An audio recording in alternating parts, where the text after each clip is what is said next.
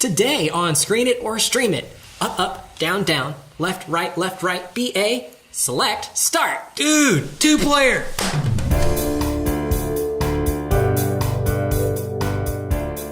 Ready Player One is rated PG-13 for sequences of sci-fi action violence, bloody images, some suggestive material, partial nudity, and language. It's the story of a frighteningly not-too-distant future where poverty abounds, but nobody seems to care because they are all addicted to online gaming. Not just any online gaming has caught the world's attention. A revolution in technology has given birth to a virtual universe that encompasses all games ever made, and it's called the Oasis. The creator of the Oasis, eccentric visionary James Halliday, left inside the system an Easter egg, a hidden treasure that he also attached to a contest. Whoever finds the Easter egg and defeats the challenges that Halliday left behind will inherit his fortune and total control of the entire virtual universe. Enter our hero, Wade Watts, an average kid and above-average gunter, egg hunters who study everything about James Halliday to obsessive levels. The first challenge was found, but after several years, nobody has been able to solve it to find the clue to the second challenge that leads to the next Easter egg. Things change when Wade stumbles upon the answer. This victory reignites the hunt by the gunners across the world, as well as the faceless minions of the corporation IOI, who will stop at nothing to win the prize. Based on a novel by Ernest Cline, Steven Spielberg directed this movie adaptation. What are we going to rate it? We're going to rate it 4 stars.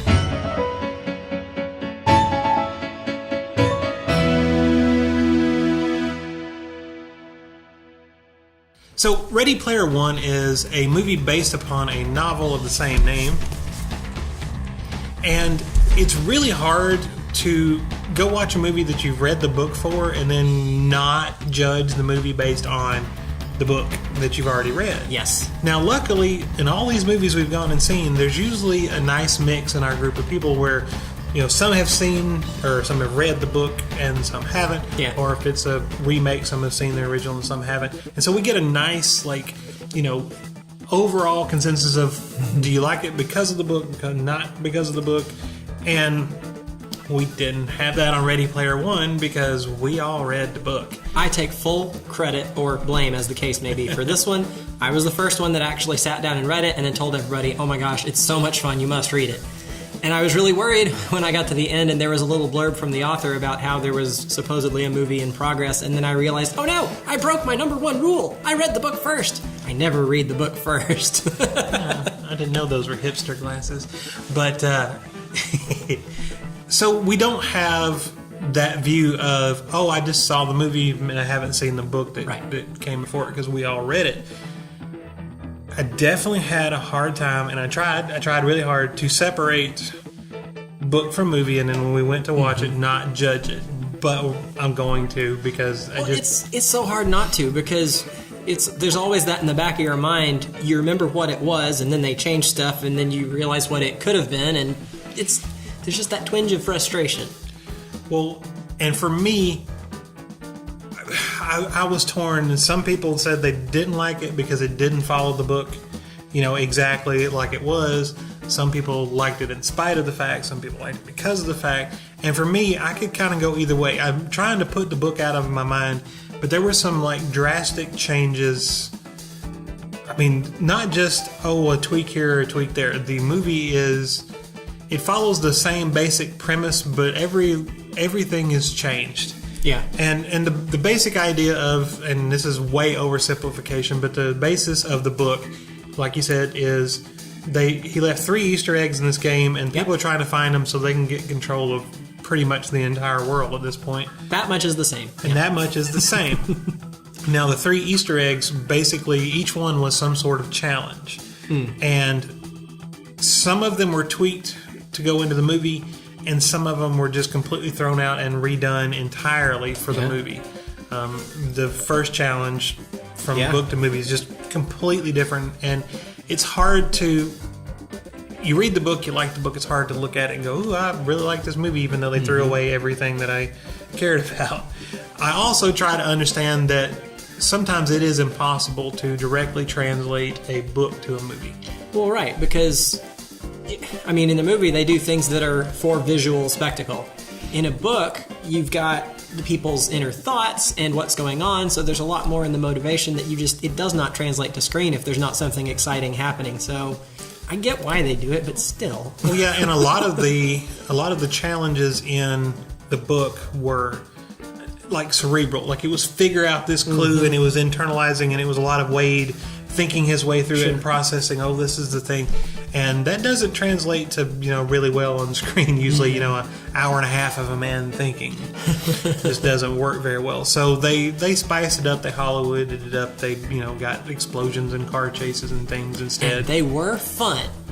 Well, and it's a Steven Spielberg movie, and the man can tell a story. Yes, he can. He is a storyteller. I wouldn't even just say he's a good director. The man is a storyteller. So, while I wouldn't put Ready Player One as his best movie ever, probably not top 5 best movies ever, but he has made some amazing movies over time. And the key there is he knows how to tell a story. So even if the source material wasn't good, which it really is for Ready Player One, but if it wasn't good, he can still tell a good story with it, and I think he did a good job here. He did a nice job of tweaking it. So my final conclusion, and I gave it 4 stars, was that I'm not going to like it in spite of the book. I'm not going to like it because of the book. If I can just kind of look at it on its own, it's a good movie. It tells a good story. It does. It's fun. It's kind of that, I guess, heroic coming-of-age tale, which has been done 1,000 times. But it's always a fun story when it's told well, and in this case, it is. They got a pass for me. We always call out bad CGI, and this one walked a really funny line because the whole thing happens in this digital universe. So there is no bad CGI in a digital universe because it's a digital universe. So well played. Well, and that is one of the big changes is the book. A lot of the book is Wade. So Wade, when he goes into this virtual world, he's Parzival. That's his gamer tag. And so the book has a big chunk of Wade's life, what's happening in real life to him, what he's doing, the things he's going through. And I don't know if I want to say it's 50-50 real life and virtual world, but it's a much bigger chunk Wade than the movie is very little. Right, they Wade. stick with Most of the movie takes place in the virtual world, which is entirely CGI. And again, I understand why, because time. There's just not enough time to tell the entire story that was in the book in one movie. Maybe 2 movies could have done that, but that's not in right now. It's 3 or 1. You don't do 2. We don't do sequels. You don't. So something I was thinking about, I think this would have worked really well as a TV series. Yeah, it could have. They have taken some popular books and turned them. Game of Thrones comes to mind. But I think if there's so much depth in the book and there's so much character development and backstory about everything that I think you could have, and it couldn't have ran for 8 or 9 seasons, but it could have been 2 or 3, nice long seasons, and you could have gotten a really good, a really good story out of it and got a little bit more back into the characters. That being said, I'm not mad at the fact that they made it into a movie, and I don't know. It sounds like I don't like it. No, it's just that we've got that thing that it's the fly in the ointment, I guess. Because it's not the same, and you want it to be, but it's just not. But just standing on for what it is, it's a lot of fun. There's a boy, a girl. I won't want to say true love, but they've got kind of the love story aspect. They've got lots of fighting, lots of explosions, lots of just fun chases, escapes, true love, miracles. No, okay, that's wrong movie. Though the reference fits because it's from the 80s, and there's so much 80s nostalgia packed into Ready Player One. Way more in the book, but tons in the movie too. There were references coming at me so fast, I know I missed lots of them because they were just coming by.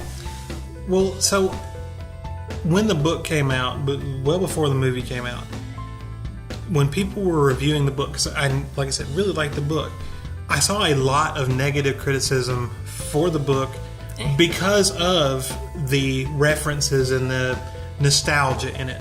And what I kept seeing over and over and over again is, Ernest Cline is he's just playing that nostalgia game. He's just giving the people what they want. And part of me is what's wrong with that? Yeah, what's wrong with that? Give the people what they want. And the movie kind of does the same thing. I mean, it is heavily based in, and I don't want to say 80s nostalgia, but that is a big part of it. A lot of it's 80s nostalgia, but there's also some more to it than just that. There's, I guess, lots of just nerd nostalgia. Yeah, nerdy geek culture type stuff. And that is filled throughout the movie. But I really think if you took all that stuff out, it's still a good movie. That just adds to it. It gives you a little extra, little Cool Whip on top of the ice cream. It creates a world. It's a world building thing, and for people who love that time period or like to reminisce about them good old days, it is a fantastic setting to build a world in and to have the action take place. So, I don't. So, it's about a bunch of young people. Yeah. So you have young actors. Of course, I think they're probably all like mid-20s or 30s playing teenagers. That's the way Hollywood does it. But they did a good job. But they did, and so Ty Sheridan plays Wade or Parzival, depending on what he's in. And I was a little apprehensive about him. The only thing else I had ever seen him in, he was in X-Men Apocalypse, and he played Cyclops. Did he really? Yeah, and I wasn't. X-Men Apocalypse is not the best X-Men movie, and I didn't really care for him as Cyclops for some reason. And when I saw the trailers, I was really worried about watching him and being like, I'm just going to see Cyclops over and over again. I'm not so sure about his ability, but he did fine. Well, see, Cyclops has the thing, and Wade Watts doesn't have the thing, though he did have glasses, so... Well, he had the virtual reality. That's true. And I did not catch that. I should have seen Cyclops, and I didn't. I don't know. But he did fine. And, I mean, he wasn't alone here. There was definitely an ensemble cast. But to throw it on his shoulders, and he hadn't done a whole lot of stuff. And I thought he carried it very well. The girl, Olivia Cook. Olivia Cook. Is it? Yay. I remember that because her name in the movie was Cook also. Coincidence? I think not. # Illuminati. But she played Samantha, and then in the game she was Artemis. Or Artemis. Artemis. Got a 3 in Those it. silly names. But again, she did fine. She wasn't visually what I had pictured from the book of Artemis looking like, or... Too pretty or not pretty enough? Too pretty. Huh. Well, it's Hollywood. Nah. But she did fine, and I had to look her up because I had never heard of her before. And apparently, the only thing I recognized was Me, Earl, and the Dying Girl, which I haven't actually seen. But she apparently had a starring role in that, and hadn't been in a whole lot of other stuff. So it's a relatively new cast. Like, these are not seasoned veterans. Although there were some Simon Pegg was in it. Yeah, I love him. Although he was not really being Simon Pegg. I mean, he usually plays these zany, over-the-top, comedic characters. Yeah. And really... He was pretty low-key in this one. Yeah, he really was. But he did a good job with that character. I would have loved to see more of him, but again, that's just because of the book. Because his character was a lot more pivotal in the book than he ended up in the movie. And again, you get those time constraints, and they had to cut out a bunch and try to fit it all together. The one that stood out to me was T.J. Miller. He played IROC.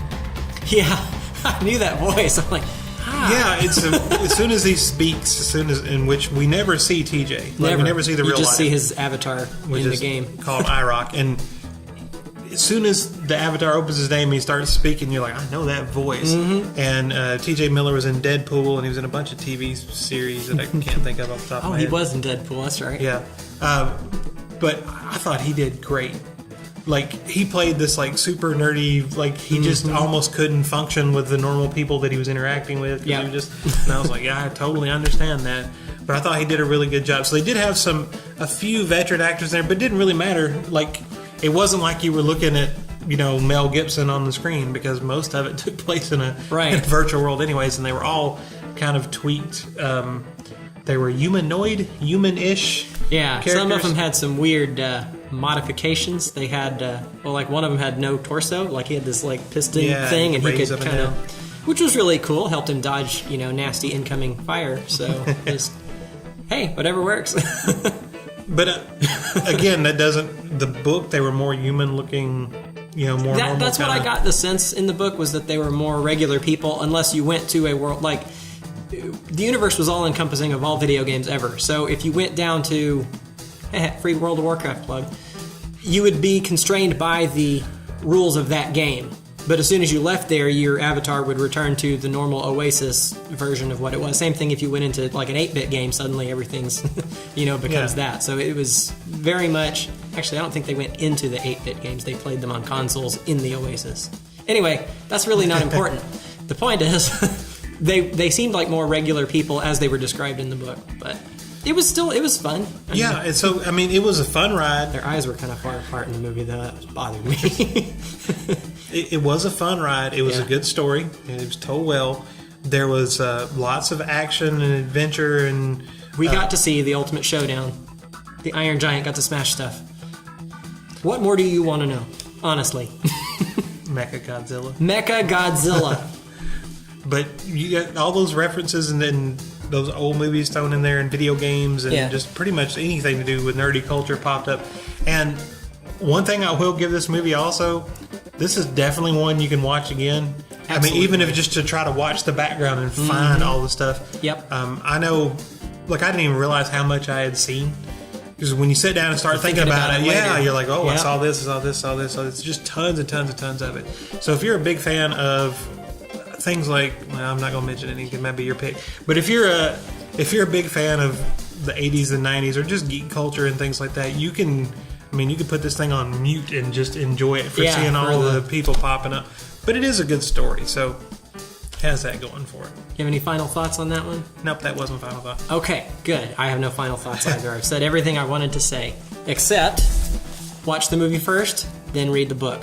Can't go wrong. Tell them why that's your philosophy. Oh, because the books are usually better, there's a lot more depth to them, and they usually change stuff in the movie, then you wonder why. So when you read the book second, it's like you fall more in love with something you already liked. Whereas if you read the book first and you love it, then you watch the movie, you're disappointed. So that's why that's my philosophy. And that's not a knock on the movie. That's true with pretty much any book and movie. Jurassic Park with The Princess Bride, definitely watch those movies first, then read the book if you like it. So, yeah. What do you got for a streaming option? All right, so again, this one's a very hard one to pin in a movie. Go, oh, this one's just like it, but that's a good thing. Yeah. So basically, what I did is I went with, first of all, the nostalgia factor, and I didn't pick a movie that was full of nostalgia. I picked a movie from that era that wasn't from the nostalgia. So I picked a very nerdy, what I consider a very nerdy movie that is sci-fi and adventure and comedy, but is from the 80s, so that. I mean, they're living the nostalgia, I guess. And it's PG-13. No, it's not. It's PG. Forgot PG-13 didn't exist. And PG from 1989 is Bill and Ted's Excellent Adventure. Excellent! So this movie was Keanu Reeves' first big breakout role. We have Keanu Reeves, I think, because of this movie. And Alex Winter played two high school guys. And unlike most Hollywood movies were actually like that age, they were high school aged. I think they were a little bit older, but they were like 20 instead of being, 30 and playing an 18-year-old. But they're like two high school seniors, and Keanu Reeves' character is Ted, and Alex Winter is Bill. They're going to fail history because they're kind of stupid. And Ted's father is going to send Ted to military school in Alaska because he's failing class. And they don't know what they're going to do. They got one last chance. They have a history report to make. And the history report, they have to give a big presentation to the entire school. And they have to tell them what historical figures would think about the world today, and today being 1988. Yeah. And so they go home and they're trying to figure out what to do. And all of a sudden, Rufus shows up. Rufus, played by George Carlin. Always great George Carlin. He shows up in a magical time machine that looks like a telephone booth.